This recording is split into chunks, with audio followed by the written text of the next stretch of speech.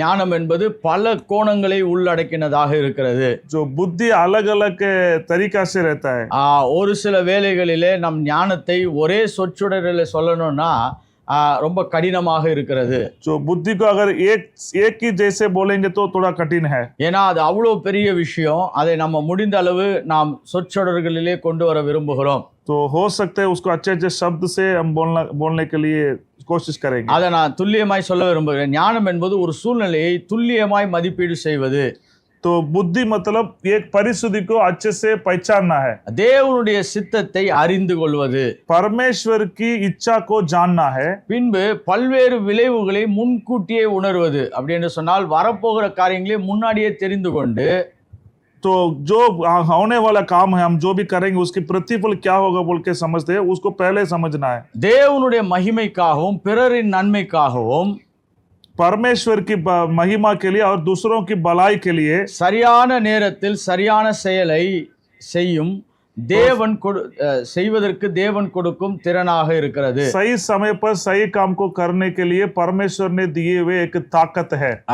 ஞானத்தினாலதான் சகலமும் இந்த பூமியிலே தேவன் நிலை நிறுத்தி இருக்கிறார். जो बुद्धि के द्वारा ये परमेश्वर इस दुनिया सारे इस सृष्टि में सब कुछ परमेश्वर नियुक्त किया है. இந்த பூமி அனைத்தையும் தேவன் தன் ஞானத்தினாலே நிலை நிறுத்தி அதை செயல்படுத்தி இருக்கிறார். इस सारे पृथ्वी पर परमेश्वर बुद्धि के द्वारा ये सब कुछ स्थिर किया है. இன்றைக்கு இன்னொரு வசனத்தை காண்பிக்க விரும்புகிறேன். இந்த ஞானம் எவ்வளவு முக்கியமான இடத்தை நம்முடைய வாழ்க்கையிலும் தேசத்திலும் வகிக்கிறது என்று காண்பிக்க விரும்புகிறேன். इस बुद्धि कितना हमारे जीवन में अब देश में कितना मुख्य है बोल के मैं आपको समझा रहा हूं. என்னோடு கூட நீதிமொழிகள் 8ஆம் அதிகாரம் 15ஆம் வசனத்துக்கு திருப்பிக் கொள்ளுங்கள். நீதி वचन 8वां अध्याय 15 वचन को पढ़ेंगे. இங்கே சொல்லப்படுது பாருங்க, என்னாலே ராஜாக்கள் ஆளுகிறார்கள், मेरे ही द्वारा राजा राज्य करता है, பிரபுக்கள் நீதி சொல்லுகிறார்கள், और अधिकारी धर्म से विचार करते हैं. அப்படி என்றால் இந்த பூமியே எப்படி ஆண்டு கொள்ளப்படுகிறது, எப்படி வழி நடத்தப்படுகிறது, எப்படி நீதி காரியங்கள் நிறைவேறுகிறது என்று சொன்னால்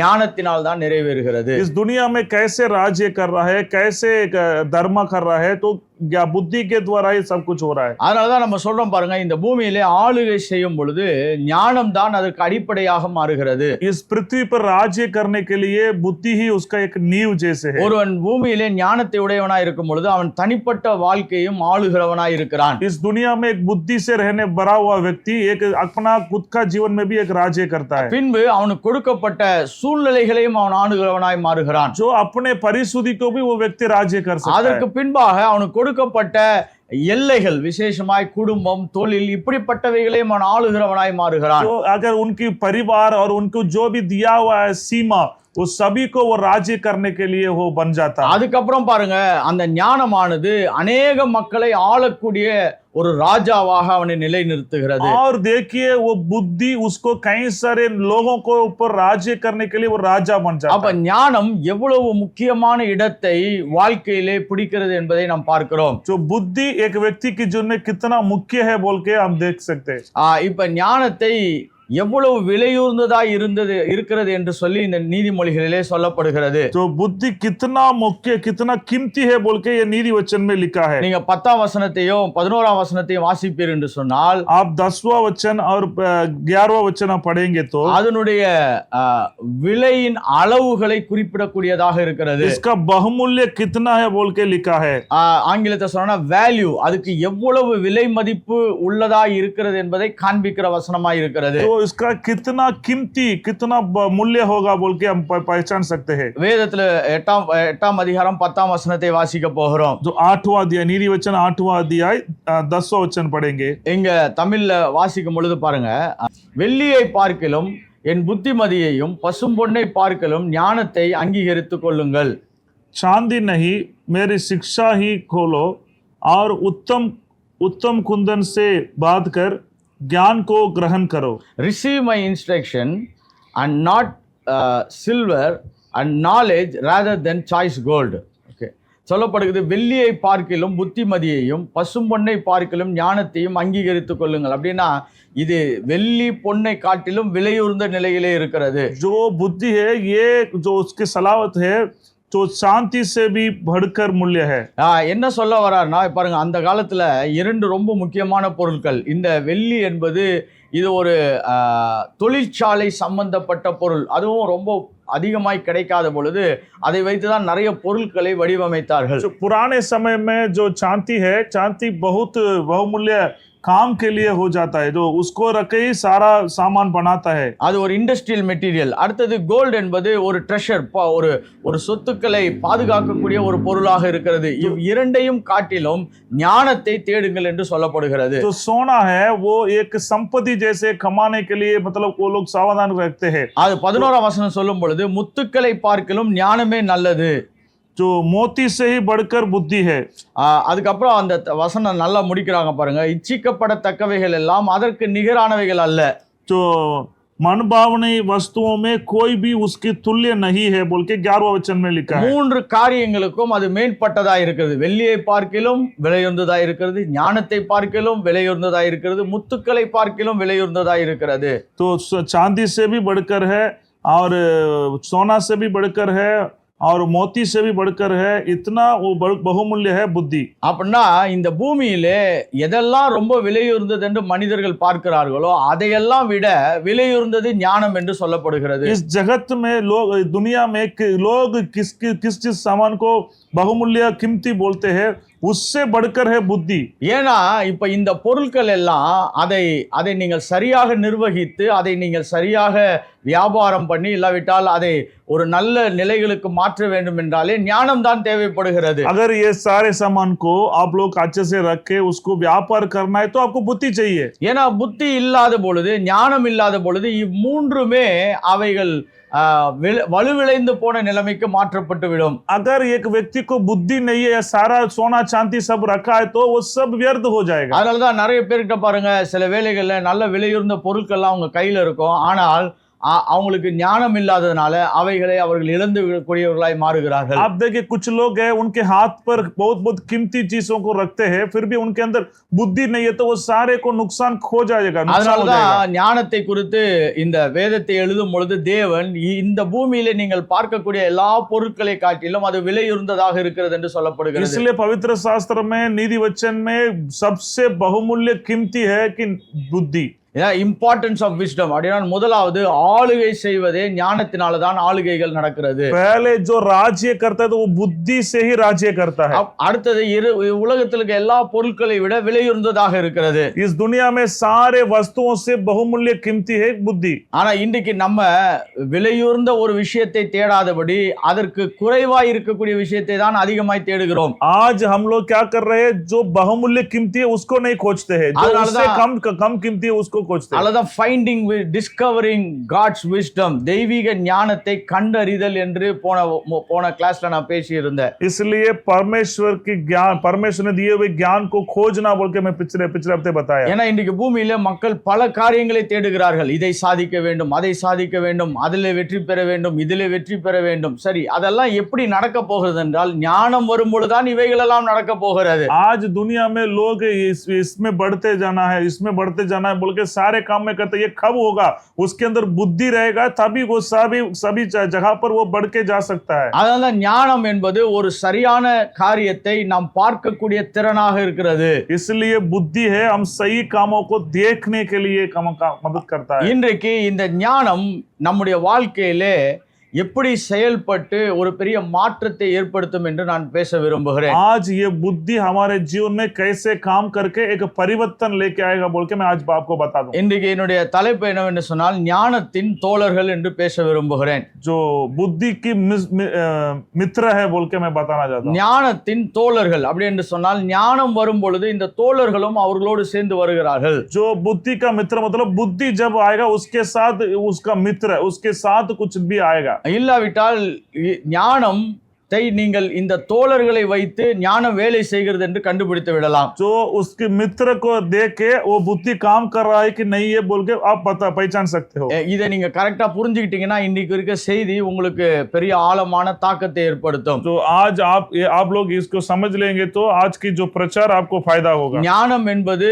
தனியாய் வருவதில்லை, அது தன் தோழர்களோடு வருகிறது. जो बुद्धि अकेला नहीं आएगा, उसकी जो मित्र के साथ आएगा। இப்ப இன்னொரு காரியத்தை நம்ம சொல்லுவோம் சொல்லுவோம் பாருங்க, உன் நண்பர்களை காண்பி நீ யார் என்று சொல்லுவேன் என்று சொல்லுகிறோம். अभी दुनिया वाला एक कहावत बोलते हैं, तेरा दोस्त कौन बताओ, तू कौन है बोल के मैं बता दूंगा. அப்ப இந்த மாதிரி தேவன் காண்பிக்கக்கூடிய ஞானத்தின் தோழர்கள் இருப்பார்கள் என்று சொன்னால் ஞானம் இருக்கிறது என்று அர்த்தமாக மாறுகிறது. जो ऐसे उसका मित्र रहेगा तो उसके साथ उसका मतलब मित्र के जैसे रहेगा तो वो बुद्धि है उसके पास. ஏன்னா நிறைய பேர் தங்களுடைய வாழ்க்கையில ஞானத்தை தேடுகிறார்கள், ஞானம் வேண்டும் என்று சொல்கிறார்கள். ஆனால் அது எப்படி செயல்படுகிறது, அது எப்படி நம்மிடத்துல நிறைவேற்றப்படுகிறது என்பதை அவர்கள் புரிந்து கொள்ளாமல் இருக்கலாம். अगर बुद्धि को कई सारे लोग खोजते हैं, अगर बुद्धि कैसे काम करता है, वो कैसे पूरी होता है बोल के वो लोग नहीं समझते हैं. இப்ப இந்த பூமியில பாருங்க, யாராவது ஒரு முக்கியமான நபர்கள், ஒரு ஒரு அரசாங்கத்தை சேர்ந்தவர்களோ இல்லாவிட்டால் இராணுவத்தை சேர்ந்தவர்களோ வரும்பொழுது பார்த்தீங்கன்னா அவங்க தனியாய் வரமாட்டார்கள். அதற்கேற்ற अनेक नबरगल அவர்களோடு சேர்ந்து வருவார்கள். इस दुनिया में आप देखेंगे तो बड़े बड़े अधिकारी लोग आते हैं तो वो लोग अकेला नहीं आते हैं, जो राज्य करने वाले उसके साथ अधिकारी लोग भी आते हैं. அது மாதிரி தான் ஞானம் என்பது தனியாய் வருவதில்லை, அவர்கள் தோழர்களோடு வருகிறார்கள் வாழ்க்கையில. ऐसे बुद्धि भी अपने आप से अकेला नहीं आता है, उसके साथ मित्र के साथ आती है. இப்ப தோழர்கள்லாம் வரும்பொழுது நமக்கு ஒன்று நல்லா தெரியும், ஓஹோ இப்ப சரியான நபர் இந்த இடத்துல வரப்போகிறார் என்று நாம் கண்டுபிடிக்கிறவர்களாய் மாறுகிறோம். अगर उसके मित्र आ रहा है तो हम पहचान सकते हैं अभी ये सही व्यक्ति इधर आ रहा है बोल के पहचान सकते हैं. இல்லாவிட்டால் நான் இப்படி ஒரு கருத்தை உங்கள் முன்பாக வைக்க விரும்புகிறேன், இவைகள் எல்லாம் வேலை செய்தால் ஞானம் வேலை செய்கிறதுக்கு அடையாளமாய் மாற்றப்படலாம். अगर जो मैं बोल रहा हूँ मित्र के बारे में मैं बोलता हूँ, अगर ये रहता है तो वो वहां पर बुद्धि भी काम कर रहा है बोल के हम लोग पहचान सकते हैं. இன்றைக்கு இந்த தோழர்களை பற்றி தான் நாம் வாசிக்க போகிறோம். आज बुद्धि का मित्र के बारे में ஒருத்தர்கிட்ட ஞானம் வேலை செய்தால் இந்த 6 விதமான தோழர்களும் இருப்பார்கள் என்று நாம் சொல்ல விரும்புகிறேன். एक व्यक्ति के अंदर बुद्धि काम कर रहा है तो उसके साथ ये 6 मित्र भी रहेगा. இல்லாவிட்டால் இந்த 6 விதமான தோழர்கள் இருப்பார்கள் என்று சொன்னால் ஞானம் இருக்கிறது என்று அர்த்தமாக. अगर ये 6 मित्र उसके साथ रहता है तो किसी व्यक्ति के पास रहेगा तो उसके अंदर बुद्धि भी है.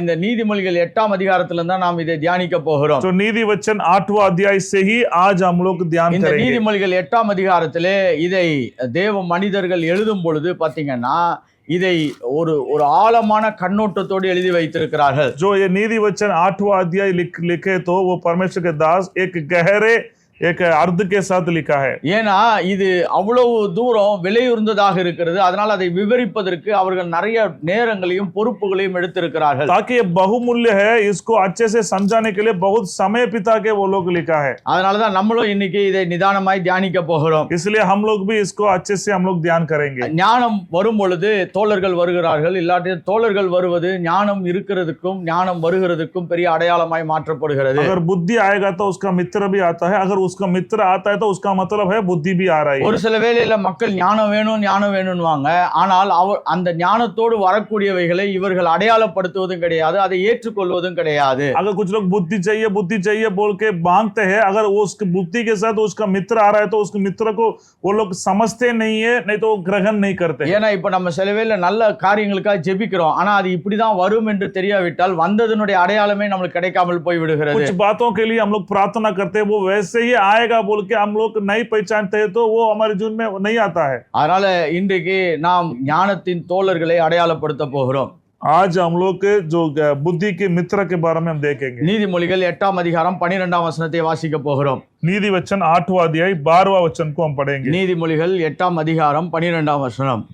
नीति वचन 8वां अध्याय 12वां वचन. இங்கே சொல்லப்படுது பாருங்க, ஞானமாகிய நான் விவேகத்தோடு வாசம் பண்ணி, क्योंकि बुद्धि मूंगी से भी अच्छी है. ஓகே, ஞானமாகிய நான் விவேகத்தோடு வாசம் பண்ணி, அப்ப ஞானத்தோடு கூட வாசம் பண்ணுகிறது யாருன்னா விவேகம். मैं जो बुद्धि हूँ सो चातुरी में वास करती हूँ.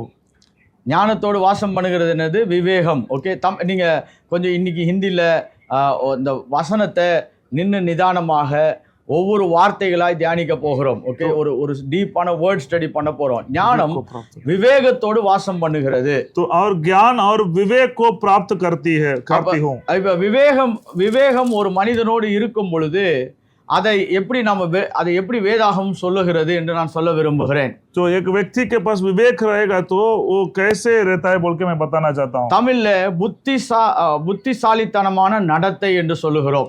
तो तमिल में एक बुद्धि के चाल चलन बोलते हैं. இங்கிலீஷ்ல பாத்தீங்கன்னா சென்சிபிள் பிஹேவியர் அப்படி என்று சொன்னால் ஒருவன் நல்ல நல்ல தீர்மானம் மூளையை பயன்படுத்தி ஒரு புத்திசாலித்தனமாக நடந்து கொள்ளுகிறவனாய் மாறுகிறான். तो पहले जो बुद्धि हो वो सो चातुरी में वास करती है. இந்த ப்ரூடன்ஸ் ஆங்கிலத்தில் பார்த்தீங்கன்னா ப்ரூடன்ஸ் இருக்கும். ஐ விஸ்டம் டுவெல் வித் ப்ரூடன்ஸ்னு இருக்கும். அப்படின்னு சொன்னால் விவேகம், தமிழில் விவேகம். அதை இன்னும் சுலபமாய் சொல்ல போனோம்னா நம்ம இப்படி சொல்கிறோம் பாருங்க, அவர் புத்திசாலித்தனமான நடத்தை. அப்படி என்றால் அவர்கள் மூளை நல்ல புத்தி நல்ல இயங்கக்கூடிய நிலைகளிலே இருக்கக்கூடியவர்கள். जैसे बुद्धि एक व्यक्ति के पास रहेगा, उसका चाल चलन कभी भी एक चातुरी के जैसे रहेगा. चातुरी मन में रिवाज करता है. ஓகே, வேதத்திலிருந்து நீதிமொழிகள் 14ஆம் அதிகாரம் நாம் 15ஆம் வசனத்தை வாசிக்க போகிறோம். நீதிவச்சன் 14 अध्याय 15 वचन. இந்த விவேகி எப்படி இருப்பான்? அவன் என்ன, the man who is prudent, how he will be. அவன் சென்சிபிளா பிஹேவ் பண்ணுவான் அப்படின்னு சொல்றோம் பாருங்க. புத்திசாலித்தனமாய் நடப்பான் என்று சொன்னால் அவன் எப்படி இருப்பான் என்று இந்த வசனத்தை வைத்து நாம் புரிந்து கொள்ள போகிறோம். The simple believes every word, the prudent consider well his steps. Okay. பேதையானவன் எந்த வார்த்தையும் நம்புகிறான், விவேகியோ தன் நடத்தையின் மேல் கவனமாய் இருக்கிறான். बोला तो हर एक बातों को सच मानता है, परंतु चातुर मनुष्य समझ बूझ कर चलाता है. அவ விவேகம் என்று சொன்னால் எல்லாவற்றையும் நம்புவது கிடையாது, அதனுடைய வழிகளை சரியாய் கண்டுபிடிக்கிறவனாய் இருக்கிறான். जो चातुर मनुष्य है वो सबको विश्व मानता नहीं है, उसकी जो चाल चलन को पहले ध्यान देता है. அப்படின்னா யாராவது ஒருத்தர் ஏதாவது ஒரு வார்த்தை சொன்னா அதை இம்மீடியட்டா நம்புகிறவன் பேர் பேதையாக இருக்கிறது. तो कुछ भी बातों को तुरंत मानता है तो वो एक भेद है. ஆனா அதனுடைய வழிகளை கண்டுபிடிக்கிறவன், அது எப்படியா இருக்கிறது, அது என்னவா இருக்கிறது அப்படின்னு கண்டுபிடிக்கிறான் பாருங்க, அவன் விவேகியா இருக்கிறான். अगर उसका चाल चलन क्या है, वो कैसा है बोल के देखता है ना, वो है कि चातुर मनुष्य. இப்ப யாரோ ஒருத்தர் ஏதோ ஒரு விஷயத்தை சொல்றாங்கன்னா அதை போய் தீர விசாரித்து அதனுடைய ஆழங்களை கண்டுபிடித்து இதனுடைய விளைவுகளை கண்டுபிடிக்கிறவன் விவேகியா இருக்கிறான். जो उसकी जो प्रभुता क्या है, उसकी प्रतिफल क्या है बोल के पहले ही जो समझने वाला है वो चातुर मनुष्य है. அப்ப ஞானம் வரும் பொழுது அவனுடைய முதல் தோழன் யார் என்று சொன்னால் சரியாய் நிதானிக்கிறவனாய் மாறி விடுகிறான். बुद्धि अगर एक व्यक्ति के पास आएगा तो वो पहले निदान करेगा, ध्यान करेगा. ஒரு சென்சிபிள் பிஹேவியர் என்று சொல்லுகிறோம், புத்திசாலித்தனமான நடத்தையாக இருக்கிறது. बुद्धि की चाल चलन उसके बाद लेगा, मतलब सोचेगा, समझेगा ये इसके बाद क्या होगा बोल के. இந்த விவேகத்தை நான் இப்படி இன்னும் விளக்க விரும்புகிறேன். तो ये चातुर मनुष्य के बारे में मैं और बताना चाहता हूं. இருக்கிறதை வைத்து சிறப்பாய் நடத்துவதற்கு கண்டுபிடிக்கிறவனாய் மாறுவான். जो उनके हाथ में है उसको रख के और अच्छे से क्या कर सकते बोल के वो सोचता है. அவங்கிட்ட நிறைய இருக்குதுன்றது பிரச்சனைக்குரிய விஷயம் அல்ல, அவங்கிட்ட கொஞ்சமா இருந்தாலும் அதை சிறப்பாய் நடத்தக்கூடியவனாய் இருப்பான். उनके पास ज्यादा रहेगा तभी हम अच्छे से कर सकते हैं, ऐसे नहीं बोलते. उनके पास थोड़ा ही रहेगा तो उसको वो अच्छे से उसको रखे वो अच्छे से करता है. இன்னைக்கு நிறைய வேலைகள்ல மக்கள் நினைக்கிறாங்க ஞானம் இருக்கணும்னா நிறைய வாய்ப்பு இருக்குதான். இல்ல, விவேகம் எப்படி செயல்படுகிறது என்று சொன்னால் இருக்கிறதை சிறப்பாய் செயல்படுவதற்கு உதவி செய்கிறது. जो कई सारे लोग सोचते हैं बुद्धि के लिए बहुत रहेगा तभी बुद्धि आएगा बोल के, नहीं, चातुर रहेगा तो आपको बुद्धि आएगा. இதுதான் விவேகம் என்று சொல்லுகிறோம். इसको चातुर बोलते हैं. அப்படி என்றால் காரியங்களை சரியாய் நிதானிக்கிறான், புத்திசாலித்தனமான நடத்தை என்று சொல்லலாம். जो कार्य को अच्छे से वो निदान करता है और बुद्धि की चाल चलन उसके पास रहता है. ஒரு சிலர் பாருங்க நிறைய சம்பாதிப்பாங்க, ஆனால் மிகுதியான கடன்களில் இருப்பார்கள், வாழ்க்கையை சரியாய் நகர்த்த முடியாதவர்களாய் மாறிவிடலாம். कुछ लोग अच्छे से कमाते हैं, अपने जीवन को अच्छे से चलाना नहीं पाते हैं. ஆனா ஒரு சிலர் பாருங்க கொஞ்சம் தான் சம்பாதிப்பாங்க, ஆனால் மாதம் முழுவதும் அவர்களால் குடும்பத்தை நன்றாய் நடத்த முடியும், பிள்ளைகளுக்கு சரியாய் செய்ய முடியும், குடும்பத்துக்கு செய்ய வேண்டியதை நல்லபடியாக செய்கிறவர்களாய் இருப்பார்கள். कुछ लोग थोड़ा ही कमाते हैं फिर भी परिवार को अच्छे से चलाता है, बच्चे को क्या देना है, परिवार को क्या देना है बोल के अच्छे से देते हैं. அப்போ ஒரு விதத்துல நம்ம இதை வைத்தே கண்டுபிடிக்கலாம் பாருங்க, ஓ விவேகம் வேலை செய்துட்டு இருக்குது, புத்திசாலித்தனமாக இருக்கிறதையே சரியாய் நிறைவேற்றக்கூடிய நடத்தக்கூடிய நிதானம் அவர்களுக்கு இருக்கிறது என்று சொல்லலாம். तो हम लोग तभी पहचान सकते हैं कि ये चातुर मनुष्य है, इसके पास बुद्धि है, ये सभी काम को सोच के करता है. அதனால ஞானம் இருக்கிறதுனா அதனுடைய முதல் தோழர் யாருன்னா விவேகமாய் இருக்கிறார்கள். तो अगर बुद्धि एक व्यक्ति के पास रहेगा तो वो व्यक्ति चातुर मनुष्य बन जाता है. அவங்க தேவையில்லாத குழப்பமான சூழ்நிலைகளுக்குள்ளாய் தங்களை நகர்த்தி கொள்ள மாட்டார்கள். तो कुछ भी कामों को आराम से करता है कि तुरंत करना है बोल के कुछ काम नहीं करता है. அதனால தான் வேதம் சொல்லுகிறது ஞானம் இருக்கிறது என்று இருக்கும் பொழுது அவருடைய தோழர்களாகிய விவேகமும் கூட இருக்கும் என்று சொல்லப்படுகிறது. तो किसी के पास बुद्धि रहेगा तो वो चातुर मनुष्य बनता है. அடுத்தது என்ன சொல்ல வருகிறது என்று சொன்னால் அதே வசனத்தை நம்ம 8ஆம் அதிகாரம் அந்த 12ஆம் வசனத்தை நாம் வாசிக்கும் பொழுது பார்த்தீங்கன்னா, I wisdom dwell with prudence and find out knowledge அப்படின்னு இருக்கிறது. ஞானமாகிய நான் விவேகத்தோடு வாசம் பண்ணி நல் யுக்தியான அறிவுகளை கண்டடைகிறேன் என்று சொல்லப்படுகிறது. तो 8वां अध्याय का 12वां वचन, मैं जो बुद्धि हूँ जो चादुरी में वास करती हूँ और ज्ञान और विवेक को प्राप्त करती हूँ. இங்க நான் ஆங்கிலத்திலிருந்து தான் இதை நான் உங்களுக்கு விவரிப்பது நலமா இருக்கு. ஏன்னா தமிழ்ல கூட நல் யுக்திக்கான அறிவுகளை கண்டடைகிறான்னு சொல்லுகிறது. ஆனால் ஆங்கிலத்திலே and find out knowledge and discretion 2 வார்த்தைகள் பயன்படுத்தப்பட்டிருக்கிறது. அறிவையும் ஓகே எச்சரிக்கையும், அறிவையும் எச்சரிக்கையும். ओके, हिंदी में और ज्ञान और चिंतावनी को पहले ही समझता है, मतलब इसमें विवेक बोल के अंग्रेज बाइबल के हिसाब से बोल रहा हूँ. 2 வார்த்தைகள் பயன்படுத்தப்பட்டிருக்கிறது. एक तो ज्ञान लिखा है, दूसरा है चिंतावनी लिखा है. இங்க சொல்லுது தமிழ்ல பாத்தீங்கன்னா நல் யுக்தியான அறிவுகளை கண்டடைகிறான் இருக்கிறது. அறிவு ஒன்றாகவும் நல் யுக்தி அப்படின்னு சொன்னால் டிசர்ன்மெண்ட் என்று சொல்லலாம். அப்படி என்றால் அவன் காரியங்களை எச்சரிப்பாய் பிரித்து பார்க்கிறவனாய் காணப்படுகிறது. मतलब उसने जो भी काम को बहुत सावधान से करता है.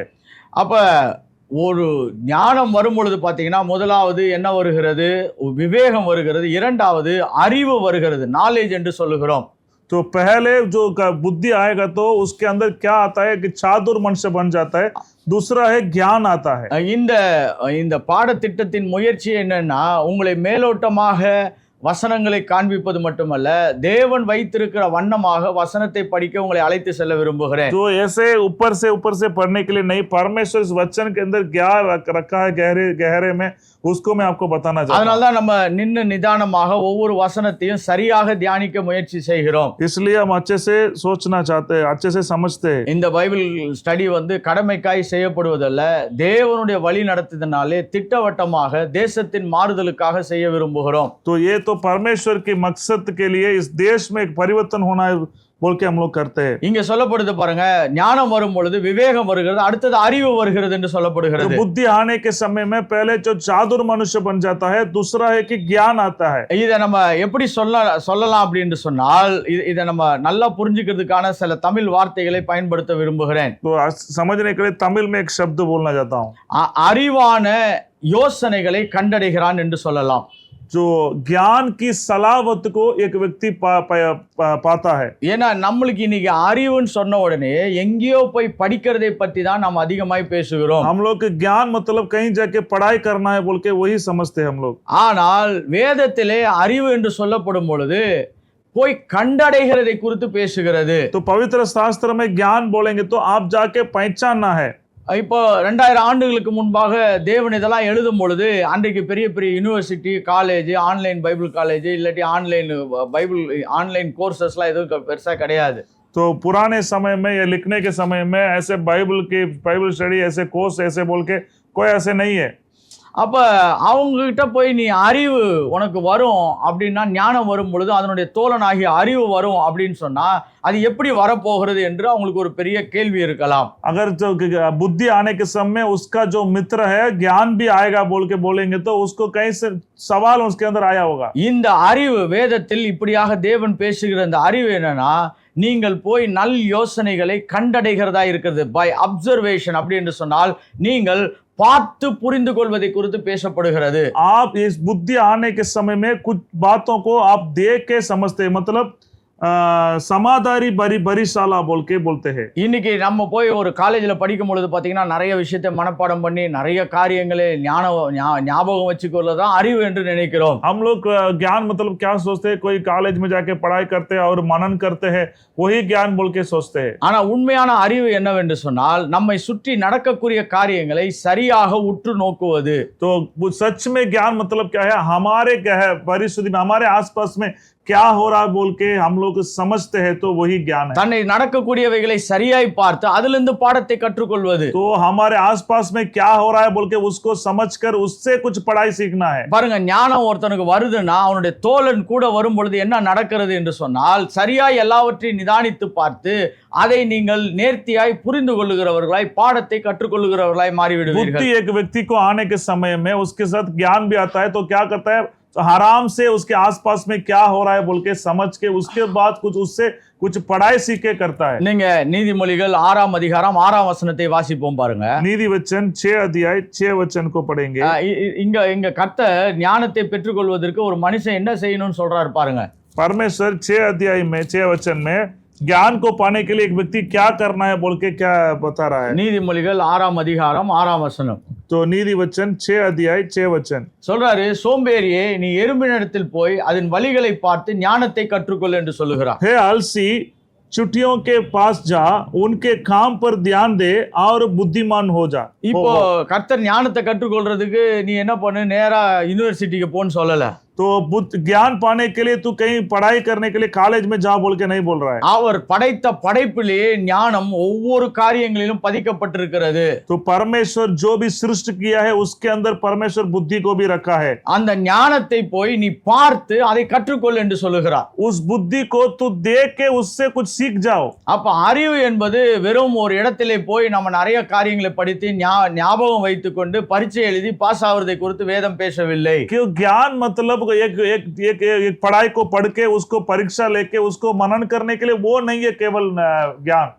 ஆனால் வேதம் என்ன சொல்லுகிறதுன்னு சொன்னால் அறிவை சம்பாதி என்றால் என்ன நடக்கிறது. இப்போ நீங்க ஸ்கூலுக்கு போறீங்க, காலேஜ் போறீங்க, அங்க போய் உட்கார்ந்து படிக்கும் பொழுது அங்கே என்ன நடக்கிறது என்று சரியாய் நிதானித்து அதிலிருந்து பாடத்தை கற்றுக்கொள்ளுங்கள் என்று சொல்லுகிறார். जो आप स्कूल कॉलेज में जाएंगे वहां पर जाके वहां पर क्या हो रहा है बोल के आप सोच समझ के कुछ करेंगे, उसको ज्ञान पाइए। இப்ப பாருங்க, சில பேர் ஒரே காலேஜுக்கு தான் போவாங்க, ஆனா ஒருத்தன் வெற்றி பெறுவான், ஒருத்தன் வெற்றி பெற மாட்டான். अब देखिए एक ही कॉलेज में सब लोग जाता है तो एक व्यक्ति जीतता है, पास होता है, दूसरा व्यक्ति हार जाता है। ஒரே ஸ்கூலுக்கு தான் பிள்ளைங்க போவாங்க, ஆனா ஒரு பிள்ளை நல்ல பாஸ் எடுத்து நல்ல மார்க் எடுத்து நல்ல ஒரு வாய்ப்பை கண்டுபிடிக்கிறதாய் மாறிவிடும். तो एक स्कूल में सब बच्चे जाते हैं, उसमें से एक बच्चे अच्छे से पढ़ता है। ஒரே டீச்சர் தான், ஒரே பாடம் தான், ஆனால் ஒரு பிள்ளை அறிவை சம்பாதிக்கிறது, கண்டடைகிறது என்னவென்று சொன்னால் அங்கு என்ன நடக்கிறது என்பதை நல்ல நிதானமாய் பார்க்கக்கூடியவைகளாய் அந்த பிள்ளைக்கு செயல்படுகிறது. पढ़ाई एक ही टीचर है, एक ही पढ़ाई है, फिर तो वहां पर एक स्टूडेंट कैसे अच्छे से पढ़ते ताकि वो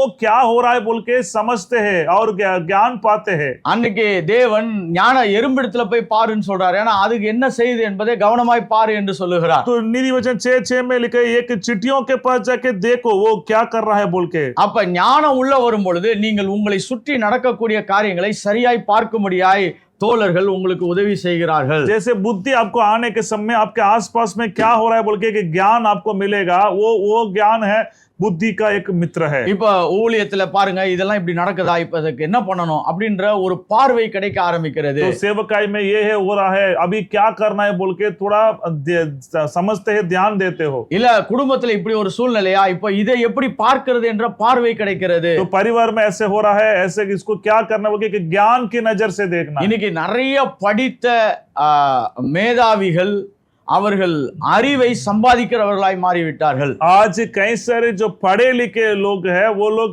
ज्ञान को कमाते हैं। பாருங்க, என்ன நடக்குது என்பதை அவர்களால் சரியாய் நிதானிக்க முடியவில்லை. குடும்பத்தில் என்ன நடக்குது, பொருளாதாரத்தில் என்ன நடக்குது, வாழ்க்கையில் என்ன நடக்கிறது, தங்களை சுற்றி என்ன நடக்கிறது என்பதை அவர்கள் படிக்காமல் இருக்கிறார்கள். जो पढ़े लिखे लोग, कई सारे बड़े पढ़े लिखे लोग हैं, वो लोग ज्ञान नहीं पाते, अपने आसपास में क्या हो रहा है, परिवार में क्या हो रहा है और नौकरी में क्या हो रहा है बोल के वो लोग नहीं समझ रहे, नहीं पा रहे हैं ज्ञान को। அப்போ முதலாவது ஞானம் வரும் பொழுது விவேகம் உள்ளவர்கள், மிக விவேகம் என்ற தோழன் வருகிறார். இரண்டாவது அப்சர்விங் நாலேஜ் அப்படின்றால் பார்த்து கற்றுக்கொள்ளக்கூடிய அறிவு உண்டாக்கப்படுகிறது. पहले बुद्धि आने के समय में एक व्यक्ति चातुर मनुष्य बन जाता है, दूसरा है वो व्यक्ति एक अच्छे से ज्ञान पाने वाला व्यक्ति बन जाता है। இப்ப அதுல தமிழ்ல வந்த இரண்டாவது அந்த வார்த்தையை நான் ஞாபகப்படுத்த விரும்புகிறேன். ஆங்கிலத்துல ரொம்ப தெளிவா இருக்குது. நல் யுக்தி ஆனன் இருக்குது, அப்படி என்று சொன்னால் டிஸ்கிரிஷன் என்று சொல்லி ஆங்கிலத்திலே சொல்லுகிறோம். तो 8वां अध्याय में 12वां वचन में 8:12 ஓகே, ज्ञान और विवेक को प्राप्त करती हूँ। இப்போ டிஸ்கிரிஷன் என்ற வார்த்தையை நான் தமிழிலே சற்று உங்களுக்கு ஞாபகப்படுத்த விரும்புகிறேன். டிஸ்கிரிஷன் அப்படின்னு சொன்னால் எச்சரிக்கையுடன் செயல்படுவது. तो चिंतामणि के साथ काम करना है। இங்க நல் யுக்தினான தமிழ் வார்த்தை இருக்குது. நீங்க அதை போய் ஆங்கிலத்தோடு கூட ஒப்பிட்டு அந்த மூல பாஷையோடு கூட படிப்பீங்கன்னா நீங்கள் எச்சரிக்கையுடன் செயல்படுகிறவர்களாய் மாறுவீர்கள். तो आपको ज्ञान रहेगा तो आप कुछ ध्यान से सावधान से कुछ भी काम करते हैं, नल युक्ति से काम करते हैं। இன்னைக்கு நான் இதுல கொஞ்ச நேரம் உங்களோடு கூட பேச விரும்புகிறேன்.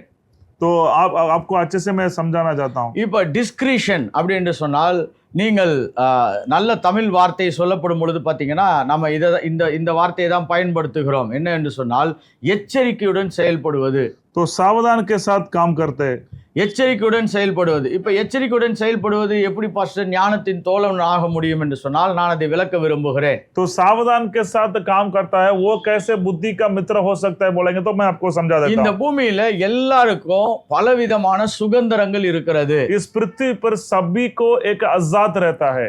இப்போ நீங்க தூங்கணும்னா நீங்க உரிமை எடுத்து தூங்கலாம். आप सोना है तो आपकी इच्छा है, आप सो सकते हैं। செலவு பண்ணணும்னா நீங்க உரிமை எடுத்து செலவு பண்ணலாம். உங்க கையில இருக்கிறதோ இல்ல யார்கிட்டயோ வாங்கி கூட செலவு பண்ணலாம். आप पैसा को खर्च करना है तो अगर आपके पास है तो आप खर्च कर सकते हो, नहीं तो किसी से उधार लेके खर्च कर सकते हो। நீங்க எங்கயாவது போணும்னா கூட உரிமை எடுத்து போலாம். நான் என்னுடைய சுதந்திரம் அப்படின்னு சொல்லி நீங்க எங்கயாவது போலாம். अगर आजाद ऐसे है कि आप कुछ भी कर सकते, कहीं जाना है तो आप जा सकते हैं। இப்ப நிறைய பேர் இது என்ன நினைக்கிறாங்கன்னா, ஓ இதுதான் வாழ்க்கை, இப்படிதான் நம்ம வாழணும், இதுதான் சுதந்திரம் என்று நினைக்கிறார்கள். कई सारे लोग यही सोचते हैं यही आजाद है, ऐसे ही जीना है, यही स्वतंत्रता जीवन है बोल के सोच रहे। ஆனா டிஸ்கிரிஷன் என்று சொன்னால் இந்த இந்த எச்சரிக்கையுடன் செயல்படுவது என்னவென்று சொன்னால் तो सावधान के साथ काम करना उसका मतलब क्या है? நீங்கள் இதை செய்யலாமா செய்ய வேண்டாமா உங்களுக்கு சுதந்திரம் இருக்கும் பொழுதும் நீங்கள் செயல்படுகிறவர்களாய் மாறுவீர்கள். जैसे कि आप करना है नहीं करना है बोल के आप सोचते हो, आपको आजाद रहता है, फिर भी अब ये काम को करना है नहीं करना है बोल के आप सोचते हो। அதுல உங்களுக்கு சுதந்திரம் இருக்குது. ஆனால் அதை செய்யலாமா வேணாமா என்ற ஒரு பொறுப்புள்ள ஒரு நிலைக்கு நீங்கள் மாற்றப்படுவீர்கள். अगर आपके अंदर बुद्धि है तो एक आपके अंदर आजाद रहता है, फिर भी एक काम को करना है तो आप सोचते हो ये करना है नहीं करना है बोल के आप सोचते करते हो। இன்னைக்கு நிறைய பேர் என்ன சொல்லுவாங்கன்னா, இதை செய்யறதுக்கு எனக்கு சுதந்திரம் இல்லையான்னு கேட்பாங்க. कुछ लोग बोलते हैं ये करने के लिए मुझे आजाद नहीं है क्या, இதெல்லாம் எனக்கு உரிமைன்னுவாங்க. ये मेरा काम है, मैं करना है बोल के बोलता है। பாருங்க, இதை மக்கள் ஞானமாய் செயல்படுத்துவது. ஏன்னா உரிமை இருக்குதுன்றது நம்ம மறுக்கவில்லை. ஆனால் உரிமைகளை எச்சரிக்கையுடன் செயல்படுத்துகிறோமா? तो मेरी इच्छा है मैं करूंगा बोल के बोलते हैं, वो आपकी इच्छा गलती नहीं है, आपकी इच्छा को सही तरीका से इस्तेमाल करते हो कि नहीं? ரொம்ப சிம்பிளான ஒரு விஷயத்தை சொல்றேன் பாருங்க. நிறைய பேர் வாகனத்தை ஓட்டும் பொழுது நமக்கு டிராபிக் லைட் தெரியும், அங்க ஒரு ரெட் கலர் இருக்கும். अब एक उदाहरण दे रहा हूं, अभी गाड़ी चलाते हो तो आप रोड में जाने के समय लाल कलर लाइट जो सिग्नल में दिखता है, ஆனா நம்ம சொல்லுவோம் இப்ப யாரும் இருக்க மாட்டாங்க, நான் ஃப்ரீயா போணும் அப்படின்னு சொல்லி வேகமா போலாம். अभी कोई नहीं रहता है इस समय में, अभी मैं तो लाल लाइट बजेगा तो भी मैं जा सकता हूं बोल के जाते। நோ, யாரும் என்னை இப்ப பார்க்கல, அங்க போலீஸும் இல்ல, அதனால நான் அந்த லைட்டை தாண்டி போலாம். कोई मुझे देखता नहीं, अभी पुलिस वाला भी नहीं है, इसलिए मैं उसको क्रॉस करके जा सकता हूं बोल के सोचते हैं। இல்லாட்டி ஒரு சிலர் பாருங்க, அங்க 80 கிலோமீட்டர் ஸ்பீட் போட்டா இவங்க 120ல போயிட்டு அது ஒரு பெரிய வெற்றியாய் பேசுவாங்க. பாருங்க நான் எவ்வளவு சுதந்திரமா வாழ்ந்தேன் அப்படின்னுவாங்க. कुछ लोग है 80 किलोमीटर स्पीड में ही जाना है बोल के लिखता है, फिर भी वो लोग 120 किलोमीटर में जाके बोलते हैं ये मेरी इच्छा है, मैं कर सकता हूं बोल के बोलते हैं। இப்போ இங்க என்ன நடக்கிறது என்று சொன்னால், சுதந்திரம் இல்லை என்று சொல்லவில்லை, ஆனால் சுதந்திரத்தை தவறாக பயன்படுத்துகிறவர்களாய் மாறிவிடுகிறார்கள். ये बोल रहा हूं आपको आजाद नहीं है बोल के नहीं कह रहा हूं, आपको आजाद है, फिर भी उस आजाद को आपकी इच्छा के साथ अब गलत इस्तेमाल नहीं करना है। அப்ப ஞானம் வரும் பொழுது அவருடைய தோழனாகிய இந்த எச்சரிப்பையுடன் செயல்படக்கூடிய திறனும் வந்து விடுகிறது. जो बुद्धि आने के समय में सावधान के साथ काम करने के लिए एक विचार भी आ जाएगा। இப்ப நிறைய காசை கர்த்தர் உங்க கையில கொடுக்கறான்னு வெச்சுக்கோங்களேன். இப்ப நீங்க உங்களுக்கு உரிமை இருக்குது, நீங்க எவ்வளவு வேணா செலவு பண்ணலாம். ஆனா இப்பொழுது நீங்கள் ஞானமாய் இது தேவையா, இது அவசியமா, இது சரியான விதத்தில் செயல்படுகிறதா என்று பார்த்து செயல்படும் பொழுதுதான் எச்சரிக்கையுடன் செயல்படுவது என்று சொல்லுகிறோம். अभी देखिए, अभी आपके पास पैसा ज्यादा परमेश्वर दिया है तो उसको आप कैसे भी इस्तेमाल कर सकते हैं, फिर भी आप सावधान की साथ सोचना है कि अभी ये जरूरी है कि नहीं, अभी ये खर्चा कर सकता है कि नहीं कर सकता है बोल के सोचते हैं, वो बुद्धि के मित्र है। நிறைய பேர் பாருங்க வாழ்க்கையில எப்ப தப்பு பண்ணுவாங்கன்னா அவங்களுக்கு சுதந்திரம் வரும்பொழுது தான் நிறைய தப்பு பண்றவங்களா இருப்பாங்க. दुनिया के लोग कब गलती करेंगे मालूम है? उनको आजाद ज्यादा में होता है, उस समय ही ज्यादा गलती करते हैं। நீங்க இஸ்ரவேல் ஜனங்களை போய் பழைய ஏற்பாட்டுல படிச்சு பாத்தீங்கன்னா அவங்க நல்லா இருக்கும் பொழுதுதான் நிறைய பாவம் செய்து அடிமைகளாய் போயிருப்பாங்க. तो इजराइल जन को आप लोग देखेंगे तो वो लोग अच्छे से रहने के समय में ज्यादा गलती किया है वो लोग। கர்த்தர் சுதந்திரம் இல்லை என்று சொல்லவில்லை, ஆனால் ஒரு பொறுப்பான சுதந்திரமாய் செயல்படுவதற்கு பேருதான் எச்சரிக்கையுடன் செயல்படுவது. தமிழிலே டிஸ்கிரிஷன், எச்சரிக்கையுடன் வாழ்வது என்ற அர்த்தம். परमेश्वर आजाद नहीं बोल के नहीं कर रहा, आजाद है, फिर भी एक जमींदारी के साथ आप उस आजाद को इस्तेमाल कीजिए, अपनी इच्छा के अनुसार कैसे भी करेंगे बोल के नहीं। இப்ப இந்த ஞானத்தின் தோழனாகிய இந்த எச்சரிப்பு, இந்த டிஸ்கிரிஷன் வரும்பொழுது பாத்தீங்கன்னா நீங்க நிறைய விஷயத்துக்கு வாழ்க்கையில பிரேக் போடுகிறவர்களாய் மாறி விடுவீர்கள். तो ऐसे जो सावधान आपके अंदर रहेगा, सावधान की ज्ञान आपके अंदर रहेगा तो आप कई सारे कामों के लिए रुकते हो। நிறைய பேருக்கு பிரேக் இல்லாத வண்டியை ஓட்டுற மாதிரி ஓட்டணும் தான் ரொம்ப ஆசை பாருங்க. நிறைய பேருக்கு பிரேக்கே போடாம வண்டி ஓட்டணும் தான் ரொம்ப ஆசை. कई सारे लोगों के दिमाग में यही है कि ब्रेक के बिना गाड़ी चलाना है, யாரும் எதுவும் அவங்களை நிப்பாட்டிட கூடாது. कोई भी उसको रुकना नहीं है गाड़ी में। ஆனால் வேதம் சொல்லுகிறது ஒருவனுக்கு ஞானம் வரும் பொழுது அவனுடைய தோழனாகிய இந்த எச்சரிப்பையுடன் செயல்படுவது என்பது இயக்க ஆரம்பித்து விடும். तो एक व्यक्ति को बुद्धि आने के समय वो सावधान के साथ सोच समझ के काम करता है। இப்ப 3 தோழர்களை விவரித்திருக்கிறேன். मैं बुद्धि का 3 मित्र के बारे में मैंने आपको ஒன்று बताया। விவேகம், புத்திசாலித்தனமாய் நடப்பது. पहले जो चातुर्य मनुष्य बन जाता है, चातुर அடுத்தது आता है। அறிவு, கவனமாய் எல்லாவற்றையும் நிதானித்து பார்ப்பது. दूसरा है कि ज्ञान, एकदम ध्यान के सोच समझ के करता है। மூன்றாவது டிஸ்கிரிஷன், எச்சரிக்கையுடன் செயல்படுவது. तो तीसरा है कि सावधान के साथ कुछ भी काम को करता है। இப்ப அதே அதிகாரத்துல நம்ம ஒரு வசனத்தை பின்பு அடுத்த 3 காரியங்களை விளக்க விரும்புகிறேன். और 3 शब्द को मैं आपको बताना चाहता हूँ। நம்ம 14ஆம் வசனத்தை வாசிக்கலாம் பாருங்க. 8वां अध्याय का 14वां वचन। நீதிமொழிகள் 8ஆம் அதிகாரம் 14ஆம் வசனம். ஆலோசனையும் மெய்ஞானமும் என்னுடையவைகள் என்று சொல்லப்படுகிறது. उत्तम युक्ति और गरीब बुद्धि मेरी है। இங்கே சொல்லப்படுது ஆலோசனை என்னுடையது என்று சொல்லப்படுகிறது. तो सलावत युक्ति मेरा है बोल रहा है। அப்போ ஒரு மனிதனுக்கு ஞானம் வரும் பொழுது அவனுடைய தோழர்கள் எப்படி வந்து சேருகிறார் என்று சொன்னால் அவன் ஆலோசனையை பெற்றுக்கொள்ளுகிறவனாய் இருப்பான். एक व्यक्ति को बुद्धि आएगा तो वो सलावत लेने वाला बन जाता है। இப்போ ஒருத்தனுக்கு ஞானம் வந்ததுன்னு எப்படி அடையாளப்படுத்தலாம்னா, ஒரு சிலர் வந்து நல்ல ஆலோசனை கொடுக்கும் பொழுது அதை மனப்பூர்வமாய் மனத்தாழ்மையாய் ஏற்றுக்கொள்ளுகிறவர்களாய் இருப்பார்கள். एक व्यक्ति को अगर बुद्धि आ गया बोल के कैसे बोल सकते हैं? किसी के पास जाकर एक सलावत मांगता है, वो सलावत को मानता भी है, तभी उसके अंदर बुद्धि है बोल के हम पहचान सकते हैं। இந்த ஞானம் வரும் பொழுது பாத்தீங்கன்னா நீங்கள் பொறுமை உள்ளவர்களாய் அநேகவற்றை நிதானமாய் கேட்கக்கூடியவர்களாய் மாறி விடுவீர்கள். ये बुद्धि आने के समय में आप धीरज के साथ सारे कामों को अब सुनने वाला बन जाओगे। அப்பதான் தேவன் நல்ல நல்ல ஆட்களை அனுப்பி நம்ம கூட பேசுகிறவராய் மாறுவார். तभी परमेश्वर अच्छे अच्छे लोगों को आपके पास भेजकर उनके द्वारा बात करेगा। பிறர் சொல்லும் நல்ல காரியங்களை கேட்கும் மனப்பான்மை உண்டாகும். तो दूसरे लोग अच्छे सलावत देते हो तो उसको मानने के लिए एक स्वभाव आपके अंदर होगा। இன்னைக்கு நிறைய பேருடைய பெரிய பிரச்சனை என்னன்னா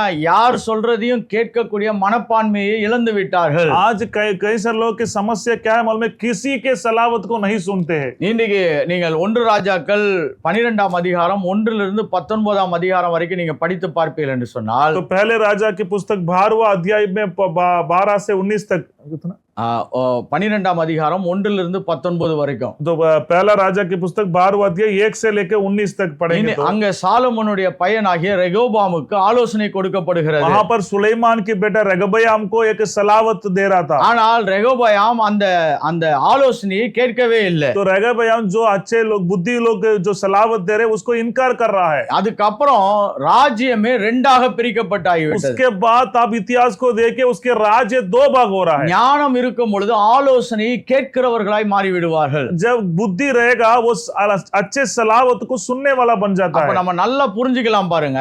இந்த ஞானம் வரும் பொழுது பாத்தீங்கன்னா நம்மளை வழி நடத்தக்கூடிய ஒரு நண்பனை போல இந்த ஞானம் இருக்கும். जो बुद्धि है आपको एक चलाने वाला, अगुवा करने वाला एक मित्र बन जाता है ये बुद्धि आपके लिए। உங்களுக்கு நல்ல நல்ல ஆலோசனை எல்லாம் கொடுத்து அது கூட்டு கொண்டு போகும். आपको अच्छे अच्छे सलाह देके कि बुद्धि आपको अच्छी जगह पर लेके जाएगा। இப்ப நம்ம கார்ல போகும்பொழுது பாருங்க, நம்ம ஜிபிஎஸ் போட்டுக்கிறோம், ஏன்னா அந்த இடம் நம்மளுக்கு தெரியாது. இப்ப ஜிபிஎஸ் சொல்லுது நீ ரைட்ல திரும்பு, லெஃப்ட்ல திரும்பு, இப்படி போ அப்படி போன்னு சொல்லும் பொழுது அதை ஃபாலோ பண்ணி போயினீங்கன்னா நீங்க போகிற இடத்துக்கு போய் சேர்ந்துருவீங்க. जैसे कि हम आज के दिन में गूगल मैप यूज करते हैं, तो उसमें तो डालेंगे तो वो क्या बोलेगा, इधर दाहिनी पर जा, बाहिनी पर जा बोल के आपको बोलती है, उसी के हिसाब से हम बोलेंगे तो सही जगह पर हम पहुंच जाते हैं। ஒரு சிலர் கூகுள் மேப்பே நம்பாதவங்களா இருக்கிறாங்க. कुछ लोग गूगल मैप के ऊपर भरोसा नहीं करते हैं। கூகுள் மேப் முடிந்த அளவுக்கு நமக்கு போதுமான அளவு சரியான வழிநடத்தல் தான் கொடுக்கிறது. तो मैक्सिमम गूगल मैप तो थोड़ा थोड़ा अच्छे रास्ता से बताती है। அது வந்து ஒரு எக்ஸாம்பிளுக்காக தான் சொன்னேன். ஆனா ஞானம் என்பது 100% உங்களை நல்வழிப்படுத்தி உங்களை சரியான இடத்திலே கொண்டு போய் சேர்க்கக்கூடியதா இருக்கிறது. अगर हम जो बुद्धि है आपको 100 के 100% सही जगह पर आपको लेके जाती है। அப்ப ஞானம் வரும் பொழுது அவனுடைய தோழனாகிய அறிவுரையை கேட்கக்கூடிய, ஆலோசனை கேட்கக்கூடிய மனப்பான்மை வருகிறது. जैसे बुद्धि आने के समय में अच्छे सलावत को सुनने वाला बन जाता है वो। இன்னைக்கு நிறைய பேர் பாருங்க, நல்ல ஆலோசனையான பிரசங்கங்கள் வருகிறது, அதை உட்கார்ந்து கேட்பது கிடையாது. आज देखिए अच्छे सलावत देने वाले प्रचार करते हैं, उसको बैठ के सुनते नहीं है लोग। நான் நிறைய பேருக்கு ஆலோசனை சொல்லியிருக்கிறேன், எனக்கு நிறைய பேர் ஆலோசனை சொல்லியிருக்காங்க, நானும் நிறைய ஆலோசனைகளை கேட்டிருக்கேன். ஆலோசனையினால் தான் காரியங்கள் நிலைவரப்படுகிறது. तो मैं भी कई सारे लोग को सलावत दिया है और बहुत सारे लोग मुझे भी सलावत दिया है, ताकि सलावत के द्वारा ही आपकी बुद्धि स्थिर होता है। ஆனா நிறைய பேர் எப்படின்னா ஆலோசனை கேட்கக்கூடிய மனப்பான்மையை இழந்தவர்களாய் மாறி விடுகிறார்கள். कई सारे लोग जो सलावत सुनने के लिए मन ही को खो जाते हैं वो लोग। இதுக்கு தான் நம்ம சொல்ல விரும்புகிறோம் பாருங்க, ஞானம் வரும் பொழுது இந்த தோழர்களும் கூட வருகிறார்கள் என்று சொல்லுகிறோம். इसलिए बुद्धि आने के समय में उसका मित्र ये भी आता है। இந்த ஞானத்தினுடைய அடுத்த தோழர் யார் என்று சொன்னால், நீங்கள் அதே வசனத்தில் நீங்க வாசிக்கும் பொழுது 8ஆம் அதிகாரம் 12ஆம் வசனத்தை 14ஆம் வசனத்தை வாசிக்கும் பொழுது, ये बुद्धि का और एक मित्र कौन है बोल के उसी नीति वचन 8वां अध्याय 14 वचन को पढ़ेंगे तो இங்க தமிழ்ல இங்கிலீஷ்ல வாசிக்கும் பொழுது பாத்தீங்கன்னா சவுண்ட் விஸ்டம் என்று இருக்கிறது. मैं तो समझ हूं और पराक्रम भी मेरा है। மெய் ஞானம் என்னுடையவைகள் என்று சொல்லப்படுகிறது. தமிழ்ல வந்து மெய் ஞானம் என்று இருக்கிறது. मैं तो समझ हूं। இப்போ என்னன்னா, நீங்க இந்த மாதிரி நல்ல வேர்ட் ஸ்டடி எல்லாம் படிக்கும் பொழுது நீங்க தமிழ்லயோ இங்கிலீஷ்லயோ ஹிந்திலயோ நம்ம கொஞ்சம் நிதானமா படிக்க வேண்டியதாக இருக்கிறது. जो हिंदी तमिल अंग्रेजी तो पढ़ेंगे तो थोड़ा बहुत ऊपर नीचे रहता है। இது வந்து ஒரு டீப்பர் லைஃப்ன்ற பைபிள் ஸ்டடி, அதனால நம்ம சின்சியரா பைபிளை உட்கார்ந்து நிதானித்து படிக்க தான் அழைக்கப்பட்டிருக்கிறோம். तो ये गहरे जिंदगी की बाइबल अध्ययन है, इसलिए हम लोग इसको पढ़ने के लिए हम बुलाए हुए। இங்க சொல்லப்படுது பாருங்க, மெய் ஞானம் என்னுடையவைகள் என்று சொல்லப்படுகிறது. जो मैं तो समझ हूं, இத ஆங்கிலத்துல சொல்லணும்னா இன்சைட் என்று சொல்லுகிறோம். அப்படி என்றால் ஒரு காரியத்தை குறித்து ஆழமான புரிதல். सर और गहरी बुद्धि मेरी है बोल के लिखा है। இன்னும் நான் ஆங்கிலத்துல சொல்லணும்னா அக்யூரேட் இன் டெப்த் ஒர்க்கிங் ஆபரேஷன் என்று சொல்கிறோம். ஒரு காரியத்தை ஆழமாக துல்லியமாக புரிந்து கொண்டு அதை செயல்படுத்த வைப்பது. तो हिंदी में 14 वचन में लिखा है गहरी बुद्धि, एक काम को एकदम गहरे से समझकर और गहरे से उसके निर्णय लेना है। அப்படின்னா ஞானம் வரும் பொழுது பாருங்க, மேலோட்டமா இருக்காது, அதை ஆழமாக இது என்ன ஏது என்று சரியாய் விவரித்து புரிந்து செயல்படக்கூடியவர்களாய் மாறிவிடுவீர்கள். जो बुद्धि आएगा तो आप ऐसे ऊपर से कुछ काम को नहीं करते, गहरे के अंदर सोचते हैं, गहरे में क्या होगा बोल के आप सोचते हो। நான் வரிசைப்படுத்தி கொண்டிருக்கிறேன். முதலாவது விவேகம் வருகிறது, அடுத்தது பாத்தீங்கன்னா செயல்படக்கூடிய ஒரு அறிவு வருகிறது, மூன்றாவது நமக்கு எச்சரிக்கையுடன் செயல்படக்கூடியது வருகிறது, நான்காவது ஆலோசனை வருகிறது, ஐந்தாவது ஒரு ஆழமான புரிதல் கிடைக்கக்கூடியதா இருக்கிறது. तो पहले चादुर मनुष्य का बुद्धि आता है, और दूसरा ज्ञान आता है, तीसरा सावधान के साथ कुछ काम करता है, और चौथा है कि सलावत को मानने का मन आता है। இப்போ ரொம்ப சிம்பிளா ஒரு விஷயத்த சொல்றோம் பாருங்க. இப்போ நம்ம ஒரு மொபைல் போன் வச்சிருக்கோம், இது எப்படி வேலை செய்யுதுன்னு நம்மளுக்கு தெரியாது. तो एक मोबाइल फोन रखे, ये कैसे काम करता है बोल के हम नहीं समझते हैं। இதுக்குள்ள ஒரு ஆபரேஷன் ஆப்ரேட்டிங் சிஸ்டம் இருக்குது, சாஃப்ட்வேர் ஒன்று இருக்குது. அந்த சாஃப்ட்வேர் எப்படி வேலை செய்யுதுன்னு தெரியாது. एक इसके अंदर एक ऑपरेशन सिस्टम है, वो कैसे काम करता है बोल के हमको नहीं समझता है. ஆனா இதை ஒரு மனிதன் கண்டுபிடித்து அது எப்படி இயங்க வேண்டும், எது எப்படி செயல்பட வேண்டும், எங்க தொட்டா எது வேலை செய்ய வேண்டும் என்பதெல்லாம் நிர்ணயித்து வைத்திருக்கிறார்கள். तो एक व्यक्ति इसको बनाने के समय ऐसे रखा है कि ये कहाँ रखेंगे, कहाँ टच करेंगे, कौन सा काम करेगा बोल के एक ने बना के रखा है एक व्यक्ति. நம்ம வெளியில மட்டும் தான் பட்டன் அமுக்குறோம், இல்லாட்டி அதுக்கு எஸ் நோன்னு சொல்றோம் ஒழிய அது எப்படி செயல்பட வேண்டும் என்ற ஒரு ஆழமான அறிவை பெற்று மக்கள் அதை நிறுவி இருக்கிறார்கள். तो हम लोग ऊपर से ये करते हैं, उसके पीछे जो बनाने वाला यहाँ करेंगे तो ये काम करना है बोल के एक गहरे बुद्धि से ये बनाया. இன்னைக்கு நம்ம தேவனுடைய கிருபையினால நம்ம ஊழியத்தை எப்படி செய்யணும்ன்ற ஒரு ஆழமான அறிவு தேவைப்படுகிறது. आज परमेश्वर की कृपा से ये प्रभु की सेवा कैसे करना है बोल के गहरे बुद्धि हमें चाहिए. இன்னைக்கு நம்ம எங்க போனாலும் தேவ திட்டத்தை எப்படி நிறைவேற்ற வேண்டும் என்ற ஒரு ஆழமான அறிவு தேவைப்படுகிறது. कहाँ पर भी जाएंगे प्रभु के मकसद को कैसे पूरे करेंगे बोल के गहरे बुद्धि हमें चाहिए. ஒரு ஊழியத்தை நம்ம இந்த இடத்துல எப்படி நிறுவி, எப்படி அதை நிலைப்படுத்தி, எப்படி அதை வெற்றிகரமாய் மாற்றுவது என்ற ஆழமான அறிவு தேவைப்படுகிறது. सेवकाई को यहाँ पर करके यहाँ से अच्छे से करके बढ़ के कैसे करना है बोल के एक गहरी बुद्धि हमें चाहिए. இங்க ஒரு ஆழமான அறிவுக்கு ஒரு இடத்தை நான் காண்பிக்க விரும்புகிறேன். गहरे बुद्धि के लिए एक जगह को मैं बताना चाहता हूं. யோவான் 4ஆம் அதிகாரத்துல போனீங்கன்னா சமாரிய ஸ்திரீயுடன் இயேசு பேசிக் கொண்டிருக்கிறார். யோहन्ना 4 अध्याय में देखो, जो जमारी स्त्री से यीशु मसीह बात कर रहा है. எல்லாரும் அவளை என்ன பார்க்கறாங்கன்னா ஒரு பாவி என்ற நிலையில் தான் பார்க்கிறார்கள். सब लोग उसको एक पापी व्यक्ति, पापी स्त्री है बोल के उसी नजर से देख रहे हैं. ஆனால் தேவன் எப்படி பார்க்கிறார் என்று சொன்னால், இந்த இருதயம், இந்த உள்ளான ஆத்துமா ஒரு பெரிய தொய்வடைந்த நிலையில் இருக்கிறது என்பதை தேவன் பார்க்கிறார். परमेश्वर समारी स्त्री को कैसे देख रहा है? इनके मन एकदम निराश होके रह रहा है बोल के परमेश्वर देख रहा है. காயப்பட்ட நிலையில் இருக்கிறது. उनके मन में बहुत चोट लगा है बोल के परमेश्वर देख रहा है. இத்தனை புருஷர்களுடன் வாழ்ந்து பெரிய தோல்வியை தழுவின நிலையில் அவள் இருக்கிறாள் என்பதை இயேசு கண்டுபிடிக்கிறார். इतने पति के साथ जीवन बिता के उसने अपने जिंदगी में हर गई है बोल के उसी नजर से प्रभु यीशु देख रहा है. நம்மளும் சில பேர் கூட பேசும் பொழுது பாருங்க, ஒரு இன்சைட் கிடைக்குது. ஓஹோ, இதுதான் இவங்களுடைய பிரச்சனையா, இதுதான் இவங்களுடைய சூழ்நிலையா என்று நாம் அறிந்து கொள்கிறோம் பாருங்க. அதுதான் மெய்யான ஞானம் என்று சொல்லப்படுகிறது. हम लोग भी कुछ लोगों से बात करेंगे तो अभी बात करने के समय में पता चलेगा तो ओ इसकी समस्या यही है, इसकी परेशानी यहाँ पर है बोल के हम पहचानते हैं वही है. இதைதான் ஆழமான புரிதல் என்று சொல்லுகிறோம். यही गहरे ज्ञान और गहरे बुद्धि बोल सकते हैं. இது கேட்டதனால வர்றதில்ல, ये सुनने से नहीं आएगा. இதனால் தேவன் உங்களுக்குள்ளாக இருந்து இவைகளை புரிந்து கொள்ள உதவி செய்கிறவராய் இருக்கிறார். परमेश्वर आपके अंदर से उसको समझने के लिए आपको कोशिश करेगा. அதனால தான் நம்ம சொல்றோம் பாருங்க, ஞானம் வரும் பொழுது நீங்கள் நிதானமாய் காரியங்களை மேலோட்டமாய் அல்ல ஆழமாய் போய் புரிந்து கொள்கிறவர்களாய் மாறிவிடுவீர்கள். बुद्धि आपके पास आने के समय में कुछ भी कामों को आप ऊपर से नहीं करते हो, गहरे से आप देखते हो. ஹல்லேலூயா. हालेलुया. இப்ப ஞானம் வரும் பொழுது பாத்தீங்கன்னா இதெல்லாம் தானாக அது கூட வந்து இயங்கக்கூடியவைகளாய் இருக்கிறது. तो बुद्धि आने के समय में इसके साथ ये सब आता है. கடைசியாக ஒன்றை சொல்லி நான் இதை முற்றிலுமாய் உங்களுக்கு புரிய வைக்கிற நிலைக்கு மாற்ற விரும்புகிறேன். तो छठा एक पॉइंट बोल के मैं इसको पूरा मैं आपको समझाना चाहता हूं. பைபிள் ஸ்டடியில் இருக்கக்கூடிய சவால் என்னன்னா, நான் நல்லா புரிஞ்சு உங்களுக்கு புரிய வைக்க வேண்டிய புரிதல் எனக்கு தேவைப்படுகிறது. तो बाइबल अध्ययन में एक बड़े क्या है, मुझे समझकर और वो जो समझ को मैं आपको बताकर वो आपको समझ में आ गया बोल के मैं पता है, मैं இது जानता हूं. ஆங்கிலத்துல சொல்ல முடியும்னா it's a strong expository preaching. அப்படின்னா வசனத்தை விட்டு எங்கேயுமே போகாம வசனத்துக்குள்ளேயே அதே இடத்திலிருந்து अनेक காரியங்களை புரிந்து கொள்ள முயற்சி செய்வது. मतलब वचन से बाहर नहीं जाना है, वचन के अंदर ही रहकर उसके अंदर से कैसे समझ सकता है बोल के बोलना है. சில டைம் இதை நீங்க ஃபர்ஸ்ட் டைம் கேட்கறவங்களா இருக்கலாம், அதனால உங்களுக்கு இது ரொம்ப வித்தியாசமா இருக்கலாம். ஆனால் நீங்கள் நிதானமாய் கேளுங்கள். இப்படிதான் வேதத்தை படித்து நாம் தேறினவர்களை மாறும்படியா தேவன் நம்மை அழைக்கிறார். कुछ लोग नया लोग आए हैं, आपको थोड़ा नया दिखता है, ऐसे ही पवित्र शास्त्र वचन को हम पढ़ना है, गहरे में जाना है. இங்க சொல்றாரு பாருங்க, ஆலோசனை 14ஆம் வசனம், ஆலோசனையும் மெய் ஞானமும் என்னுடையவைகள், நானே புத்தி வல்லமை என்னுடையது என்று சொல்லப்படுகிறது. तो उत्तम युक्ति है और गहरी बुद्धि मेरी है, मैं तो समझ हूं और पराक्रम भी मेरा है.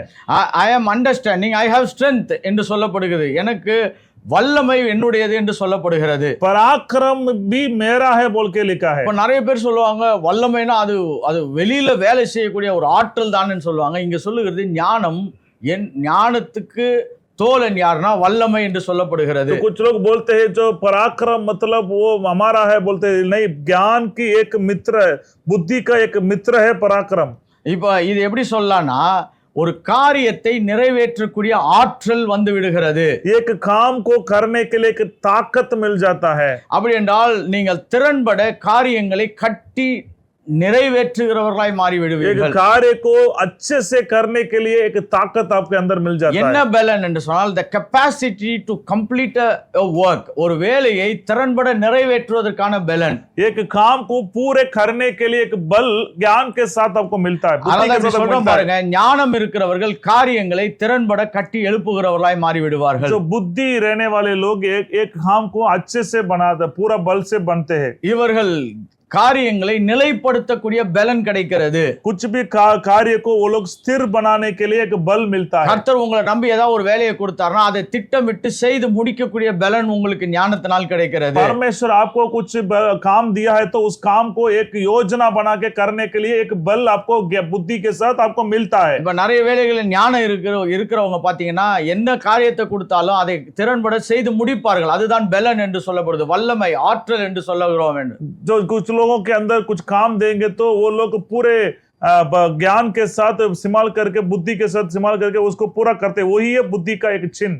அதனாலதான் இன்னைக்கு 6 தோழர்களை குறித்து நம்ம தியானித்து இருக்கிறோம். इसलिए आज 6 मित्र के बारे में हम लोग पढ़े। விவேகம் என்ன செய்கிறது என்று சொன்னால் வாழ்க்கையை புத்திசாலித்தனமாக நிர்வாகம் பண்ண உதவி செய்கிறது. जो चादरी है आपकी जिंदगी को जो மனுஷ बन जाता है, என்ன இருக்கிறதோ அதை பெஸ்டாக செயல்படுத்துவதற்கு விவேகம் ஹெல்ப் பண்ணுகிறது. जो आपको आपके पास जो काम है उसको अच्छे से करने के लिए मदद करता है। அறிவு என்ன செய்கிறது என்று சொன்னால் வாழ்க்கையில் இருந்து கற்றுக்கொள்வதற்கு உதவி செய்கிறது. तो ज्ञान आपके जीवन में आप और सीखने के लिए मदद करता है, आपके अगल बगल को देख के उससे क्या पहचान सकते हैं बोल के समझता है। டிஸ்கிரிஷன் அப்படி என்றால் எச்சரிக்கையுடன் செயல்படுவது, இல்லாவிட்டால் நிதானம் எதை சொல்லுகிறது என்று சொன்னால் பாதுகாப்பான முடிவை எடுக்க உதவி செய்கிறது. जो सुरक्षित मतलब सावधान के साथ कुछ भी काम को करना है, मतलब सुरक्षित के साथ देखना है। தாழ்மை ஆலோசனை என்பது தாழ்மையினால் வருகிறது. அந்த ஆலோசனை நமக்கு பாதுகாக்கக்கூடியதாக இருக்கிறது. तो सलावत है, अच्छे सलावत है, वो हमें सुरक्षित करता है। அப்ப ஆழமான புரிதல், இன்சைட் எதை சொன்னதுன்னா மேலோட்டமாய் அல்ல, உள்ளான பிரச்சனைகளை, உள்ளான தீர்வுகளை கண்டுபிடிக்க உதவி செய்கிறது. तो गहरी बुद्धि है, वो ऊपर से नहीं, अंदर की जो समस्या है उसको पहचानने के लिए आपको मदद करती है। அதனாலதான் நம்ம சொல்றோம் பாருங்க, பலன் என்பது திறன்பட செயல்படுத்தி முடிக்கிறதை குறித்து பேசுகிறது. जो पराक्रम है, जो बल है, उसका परमेश्वर ने दिए हुए कामों को पूरा एक योजना बना के खत्म कर देता है। அதனாலதான் ஞானம் தனியாய் வருவதில்லை. इसलिए बुद्धि अकेला नहीं आती है। நான் இவைகளை சொல்லி உங்களுக்கு இன்னும் கொஞ்சம் அதை புரிய வைக்க விரும்புகிறேன். मैं और थोड़े से एक बात बता के समझाना चाहता हूँ। விவேகம் திட்டமிடுகிறது. तो चादरी मकसद बनाते हैं। Prudence plans. விவேகம் என்ன பண்ணுதான்? பிளான் பண்ணுது. ஓஹோ, இது இப்படி இருக்குமோ, அது அப்படி இருக்குமோ என்று சொல்லி திட்டமிடக்கூடியதாக இருக்கிறது. விவேகம் திட்டமிடக்கூடியதாக இருக்கிறது. चादरी मनुष्य है, वो योजना बनाता है। அடுத்தது நமக்கு சொல்லப்பட்ட இந்த அறிவு என்ன பண்ணுகிறதுன்னு சொன்னால் கற்றுக்கொள்ளக்கூடியதாக இருக்கிறது. जो ज्ञान है आप सीखने के लिए मदद करता है। அப்புறம் எச்சரிக்கையுடன் செயல்படுவது, நிதானம் எதை சொல்லுகிறதுனால் நம்மளை பாதுகாக்கக்கூடியதாக இருக்கிறது. तो सावधान के साथ आप काम करना है तो वो आपको सुरक्षित करता है। ஆலோசனை நம்மளை வழி நடத்தக்கூடியதாக இருக்கிறது. जो सलावत है आपको अगवा करता है। ஆழமான புரிந்து கொள்ளுதல் நமக்கு வெளிப்பாட்டை கொண்டு வருகிறது. जो गहरी बुद्धि है आपको प्रकटीकरण लेके आती है। வல்லமை நம்மளுக்கு நிறைவேற்றக்கூடிய பலனை கொடுக்கக்கூடியதாக जो இருக்கிறது. पराक्रम है आपको पूरे करने के लिए एक बल देता है। இப்ப இந்த 6 விஷயத்தையும் ஞானத்தோடு கூட அவைகள் வருகிறது என்று நாம் பார்க்கிறோம். ये 6 का 6 बुद्धि के साथ आपको आता है। ஒருவன் ஞானமாய் இருப்பான் என்று சொன்னால் இந்த 6 தோழர்களும் உங்களோடு கூட இருந்து காரியங்களை நிறைவேற்ற உதவி செய்கிறவர்களாய் இருக்கிறார்கள். तो ये 6 मित्र आपके साथ रहेगा तो आपकी बुद्धि आपके साथ रहकर काम को पूरा करता है। அதனால்தான் ஞானமே முக்கியம். ஞானத்தை சம்பாதி, எதை சம்பாதித்தாலும் புத்தியை சம்பாதி என்று வேதம் சொல்லுகிறது. तो इसलिए पवित्र शास्त्र कहता है कि कुछ से सबसे ज्यादा बुद्धि को खमाओ, ज्ञान को खमाओ। ஞானம் தாங்க ஜெபம் பண்ணும் பொழுது கர்த்தர் இப்படிப்பட்ட தோழர்களை அதனோடு அனுப்பி உங்களுக்கு ஞானத்தை திறன்பட செயல்படுத்துகிறவராய் இருக்கிறார். आप बुद्धि दीजिए प्रभु मांगेंगे तो परमेश्वर बुद्धि का मित्र के साथ आपको बेचकर आपके जीवन में काम करना चाहता है। விவேகத்தை தருகிறார், जो परमेश्वर पहले विवेक को देता है, அறிவை தருகிறார், ज्ञान को देता है, நிதானம் அப்படின்றால் டிஸ்கிரிஷன் எச்சரிப்புடன் செயல்படுவதை தருகிறார், सावधान के साथ काम करने के देता समझाता है, ஆலோசனையை தருகிறார், सलावत को देता है, ஆழமான புரிதலை தருகிறார், गहरी बुद्धि को देता है, நிறைவேற்றக்கூடிய வல்லமையை தருகிறவராய் पूरी करने के लिए एक पराक्रम भी देता है। அதனாலதான் நாம் சொல்றோம் பாருங்க, எதை சம்பாதித்தாலும் ஞானத்தை சம்பாதி என்று சொல்லுகிறோம். कुछ भी कमाने से पहले बुद्धि को कमाओ। இப்ப உங்களுக்கு புரியுதா ஏன் ஞானம் விலையுறந்தது? வெள்ளியை பார்க்கிலும் பொன்னை பார்க்கிலும் முத்துக்களை பார்க்கிலும் ஞானம் விலையுறந்தது. ஏன்னா இதெல்லாம் ஒரு மனுஷட்ட இருந்ததுன்னா அவன் காரியங்களை சரியாக பார்த்து தேவனுடைய திட்டத்தின்படி தீர்மானத்தின்படி முடிவெடுத்து தேவ மகிமைக்காகவும் பிறர் நன்மைக்காகவும் நிறைவேற்றுகிறவனாய் மாறிவிடுவான். अभी पता चल रहा है आपको बुद्धि कितना मुख्य है। बुद्धि मतलब कुछ भी कामों को अच्छे से पहचान के, परमेश्वर की इच्छा को जान के, उसकी प्रभुता प्रतिफल क्या है बोल के समझ के, वो परमेश्वर के नाम के लिए और दूसरों के भलाई के लिए उस कामों को पूरा करता है। என்னுடைய ஆழமான புரிதல் என்னன்னா, நம்ம ரட்சிக்கப்பட்டு நம்முடைய ஆவி தேவனோடு கூட இணைந்த பிறகு ஒரு மனிதனுக்கு மிக மிக அவசியமானது என்னவென்றால் ஞானத்தோடு அவன் செயல்படுவது. मेरा एक बात है कि एक व्यक्ति उद्धार पाने के बाद उसके आत्मा पवित्र परमेश्वर के आत्मा के साथ मिलके वो एक बुद्धि वाला व्यक्ति बन जाना है। இயேசு அவர் வாழ்க்கையை குறித்து பேசும் பொழுது பாத்தீங்கன்னா அவர் தேவ ஞானத்தில் விருத்தி அடைந்தார் என்று சொல்லப்படுகிறது. तो यीशु मसीह की बढ़ोतरी के बारे में देखेंगे, परमेश्वर की बुद्धि में वो बढ़ते गया बोल के लिखा है। ஞானத்தில் விருத்தி அடைந்தார் என்று சொல்லப்படுகிறது. जो बुद्धि में बढ़ते गया बोल के लिखा है। அப்ப இயேசு இந்த பூமியில பிதாவோடு கூட ஐக்கியம் இருந்து பிதாவோடு கூட எல்லா விதமான பலனையும் பெற்றுக்கொண்டு வாழ்ந்திருந்தாலும் அவருக்கு ஞானம் ஒரு மிகப்பெரிய துணையாக இருந்து வாழ்க்கையை நிறைவேற்றி கொடுத்திருக்கிறது. यीशु मसीह पिता परमेश्वर की प्रिय पुत्र है, फिर भी उसको उसके साथ परमेश्वर यीशु मसीह बढ़ने के समय में उसके साथ बुद्धि भी बढ़ते जा रहा है।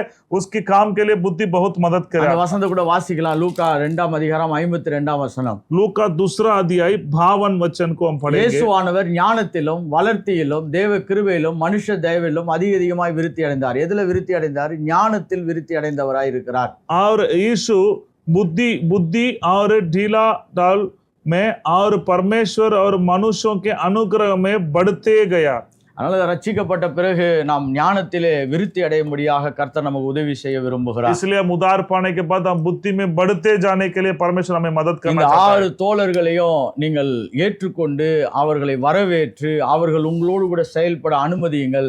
அப்பொழுது ஞானம் தானாக வந்து செயல்பட ஆரம்பித்து விடும். ये 6 मित्र को अपने जीवन में आप ग्रहण कीजिए, बुद्धि भी आपके जीवन के अंदर से प्रकट हो जाएगा। அதனால நமக்கு கர்த்தர் இதெல்லாம் வேதத்துல எழுதி வைத்திருக்கிறார். இதெல்லாம் மறைபொருள் அல்ல.